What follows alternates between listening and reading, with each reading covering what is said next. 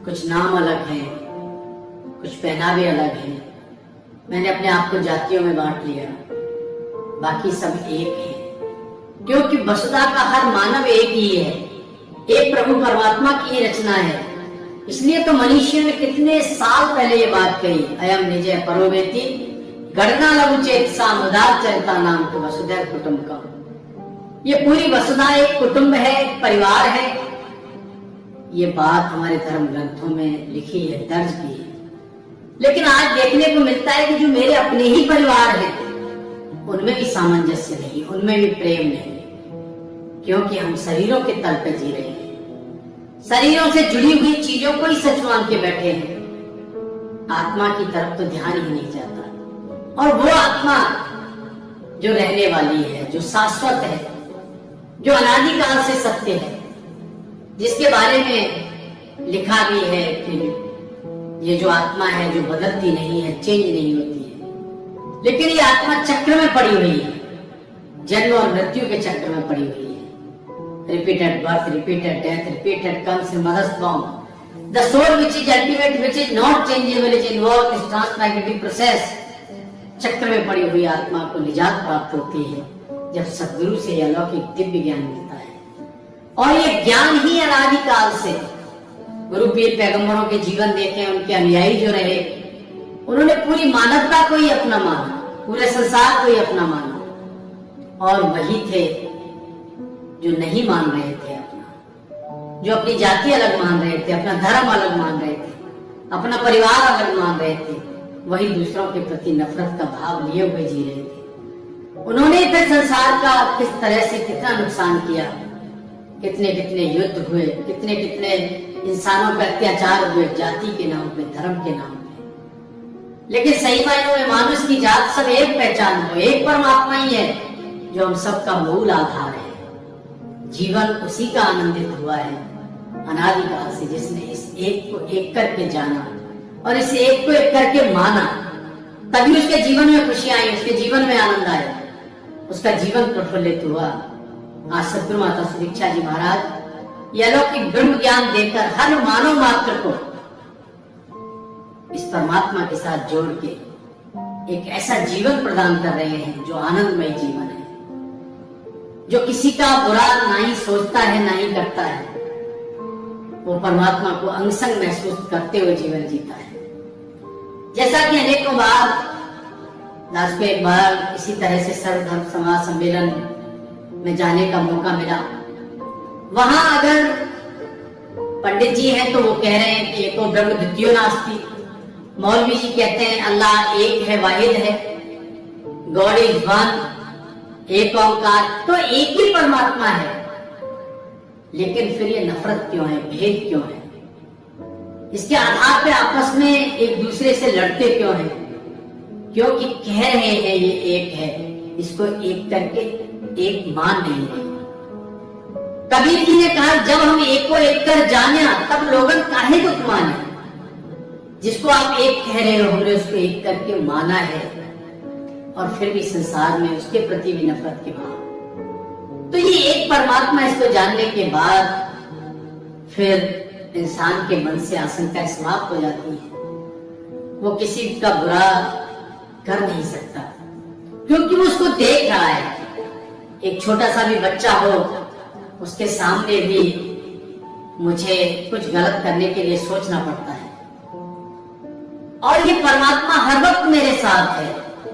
जैसे कई बार एग्जाम्पल दास देता है कि वो पुलिस का सिपाही खड़ा है तो मैं डिसिप्लिन हो जाता हूँ, सीट बेल्ट लगा लेता हूँ, हेलमेट पहन लेता हूँ, क्योंकि मुझे एहसास है कि ये मुझे देख लेगा तो मेरा चालान कर देगा। लेकिन ये परमात्मा जो अंगसंग है, मेरे साथ है, इसका मुझे एहसास नहीं है, इससे मुझे डर नहीं है, क्योंकि मैंने इसको देखा नहीं है। मैं इसकी बात कर रहा हूँ, इसको दूसरों को सुना करके वाहवाही ले रहा हूँ। मैं अपनी बात कहता हूँ तो कहता हूँ मेरे जैसी बात करने वाला कोई नहीं। मेरी भाषा में वो क्यों नहीं बोल रहा, मेरी जैसे क्यों नहीं कह रहा। तो इस तरह से वो नफरत बढ़ती चली जाती है। और जो इस एक को एक करके जान लेता है, देखता है, उसके मन से नफरत के भाव समाप्त हो जाते हैं। कैसे किसको पत्थर मारूं, कौन पराया है, शीश महल में हर कोई चेहरा अपना लगता है। वो एक एग्जाम्पल बचपन में सुना करते थे कि एक सेठ किसी कारोबार से के सिलसिले में घर से बहुत सालों के लिए दूर चला गया। बच्चा छोटा था और बहुत साल हो गए, तो बच्चे ने इच्छा जाहिर की कि अगर पिताजी नहीं आ रहे तो मुझे ही ले चलो, मैं उनसे मिलना चाहता हूं। और जब वो नौकर के साथ उसको भेज दिया कि ये है जो पहचान लेगा आपके पिताजी को, तो नौकर के साथ भेज दिया। उधर से उस पिता के मन में भाव आया, बहुत दिन हो गए मैं अपने बच्चों से नहीं मिला, परिवार से नहीं मिला। पुराने वक्त में वो एक सराय में रुके। अब अंधेरा था, रात का वक्त था। सराय के कोने में सेठ ठहरा हुआ है और भी और सज्जन है, और वहीं उसी सराय में वो बच्चे को लिए हुए नौकर ठहरा है। अब किसी वजह से ठंड के कारण उस बच्चे को बहुत खांसी आने लगी। वो रात को उसको बुखार हो गया। सेठ को ये बहुत नागवार गुजरा, कौन है जो मुझे नींद ही नहीं लेने दे रहा। उसने उस सराय के जो भी केयर टेकर थे, देखने वाले थे, उनको कुछ पैसे दिए और कहा इसको बाहर करो, ये तो मुझे सोने ही नहीं दे रहा। उसने उस नौकर के साथ उस बच्चे को सराय से बाहर कर दिया कि बाकी लोगों को आपकी वजह से असुविधा हो रही है। जब सवेरा हुआ तो सामने से नौकर को आते हुए देख सेठ ने पूछा कि आप यहाँ क्या कर रहे हो? कहते मैं तो आपकी बेटी को आपसे मिलवाने लाया था। कहाँ है मेरा बेटा? कहते उसकी हालत बहुत बिगड़ गई, हालत बहुत नाजुक है, क्योंकि रात हम जिस सराय में ठहरे थे वहां हमको रात में सराय से निकलवा दिया गया। सेठ सिर पीटने लगा, दुखी होकर कहता है कि मुझे क्या पता था मेरा ही बेटा है। वो तो दुनियावी रिश्ते में उसका बेटा है, लेकिन संसार में कोई भी ऐसा इंसान नहीं जिसके साथ मेरा रिश्ता नहीं है, क्योंकि जो आत्मा मुझ में है वही सामने वाले में। मुझ में है राम, तुझ में है, सब में ही राम है। कर प्रेम सबसे प्रेम ही ईश्वर का नाम है। सब में ईश्वर है, सब में अल्लाह है, सब में वाहिद खुदा है। ये बात समझ आती है जब सदगुरु के चरणों में हम आते हैं, वरना तो कहाँ नफरत खत्म होती है, हेट्रेड का भाव बना रहता है। और वो इस तरह से कि इसने मुझे इस तरह से मेरे साथ नुकसान किया है, मैं जब तक इसका बुरा नहीं कर दूंगा चैन नहीं पड़ता है। कितने कितने युद्ध हो जाते हैं, कितने कितने लोगों की जानें चली जाती है, सिर्फ इसलिए क्योंकि नफरत का भाव है। नफरत है, वैर है, विरोध है।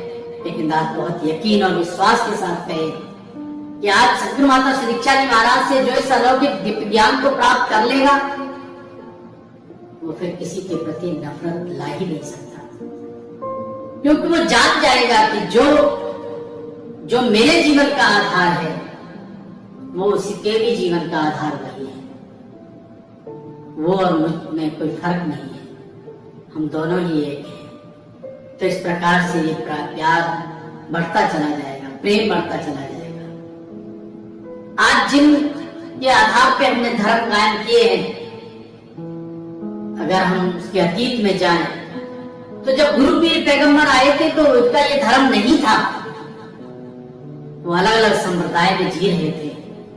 गुरु ने उनको एक किया, और एक इसलिए किया कि इस एक को जान के एक हो जाओ, सबसे प्यार करो।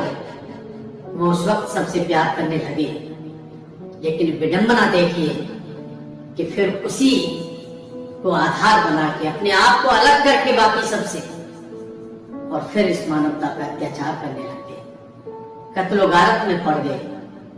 तो ये एक बहुत बड़ी विडंबना है इस मनुष्य के लिए। आज हम ऐसे देश में रहते हैं जिसको विश्व गुरु का दर्जा प्राप्त है। तो ऐसे देश में हम रह रहे हैं। आज इसी देश में सदगुरु की धरती पे प्रकट है, तो इसको जरूर प्राप्त करें और इस मन का नाता इसके साथ जोड़ें। आज दास के मन में ख्याल आता है कि मुझ में, मेरे शरीर में कोई परिवर्तन नहीं, वही है, लेकिन मेरी विचारधारा में बहुत बड़ा परिवर्तन आया। आज मैं अपने परिवार के साथ प्रेम से रहता हूँ। आज मैं जिस समाज में जाता हूँ उसमें मेरे मन में उसके प्रति प्रेम होता है, क्योंकि प्रेम के साथ नाता जोड़ दिया गया, प्रेम से नाता जुड़ गया। तो ये प्रेम जीवन में बरकरार रह सकता है अगर हम इस जीवन को सतगुरु के आश्रय अनुसार जिएंगे। सतगुरु धरती पे प्रकट हैं, इसको जान के अपने जीवन को संवार सकते हैं और ये खुशियों के साथ ये यात्रा तय कर सकते हैं।